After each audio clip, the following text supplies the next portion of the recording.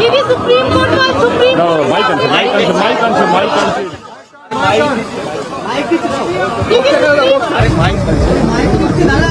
আমার একটা প্রোগ্রাম মতো উঠতেই হবে, তাহলে আবার টপ হয়ে যাবে।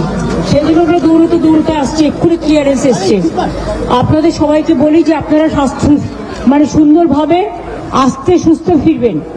প্রয়োজন হলে আজকেও আপনারা থেকে যেতে পারেন, আপনাদের থাকার সব অ্যারেঞ্জমেন্ট আছে, ডিএম করেছেন, গঙ্গাসাগর প্রশাসন করেছেন, আপনাদের অসুবিধার কোনো কারণ নেই।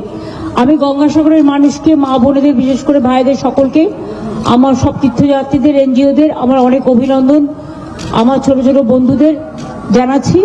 এবং গঙ্গাসাগর মেলায় অনেক অতিথি আপনাদের আসবে, আপনাদের বেচা কেনাও যেমন হবে তেমনি অতিথিরা যাতে প্রশংসা করে সেটা আপনাদের সকলকে লক্ষ্য রাখতে হবে, যাতে কারো কোনো ত্রুটি না হয়। গঙ্গাসাগর মেলার জন্য পর্যাপ্ত পরিমাণে হাসপাতালের ব্যবস্থা, বেডের ব্যবস্থা, ডাক্তারের ব্যবস্থা, অ্যাম্বুলেন্সের ব্যবস্থা, আপনার বাসের ব্যবস্থা, সমস্ত বাস একটাই সিঙ্গেল টিকিটে যাতায়াত করতে পারবে। আর 5 লাখ টাকা করে সবার ইন্স্যুরেন্স করা আছে, যদি কেউ দুর্ঘটনা কবলে মারা যায় বা কিছু হয়। সেজন্য আমরা পুরো মেলায় যারাই আসে এবং তীর্থযাত্রী সহ, লোকাল লোক সহ, সাংবাদিক সহ, সকলের, অফিসার সহ সকলের একটা ইন্স্যুরেন্স আমাদের করাই থাকে। আর গঙ্গাসাগরের ব্যাপারে যে তীর্থকর ছিল বামফ্রন্টের আমলে, সেটা আমরা তুলে দিয়েছি। সুতরাং আমরা মনে করি সবকিছু ভালোভাবে হোক। কালকে আবার আউটরাম ঘাটে প্রোগ্রাম হবে, দেখা হবে। সবাই ভালো থাকবেন, সুস্থ থাকবেন, সুন্দর থাকবেন। আর এসআইআর এর ব্যাপারে আমি সবাইকে বলবো, ভুল ভাল করছে ইলেকশন কমিশন।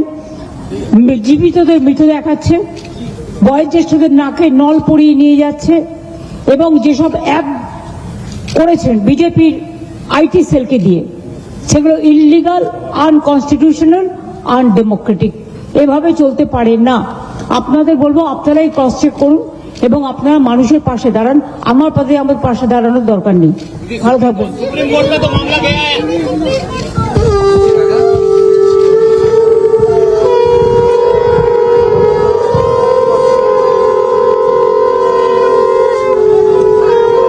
এই মুহূর্তে যে ছবি আমরা দেখতে পেলাম, মুখ্যমন্ত্রী মমতা বন্দ্যোপাধ্যায় গঙ্গাসাগর থেকে ফিরছেন, সেই সময় তিনি দাঁড়িয়ে কথা বললেন সাংবাদিকদের সঙ্গে। এসআইআর প্রসঙ্গেও ক্ষোভ উগরে দিলেন মুখ্যমন্ত্রী মমতা বন্দ্যোপাধ্যায়।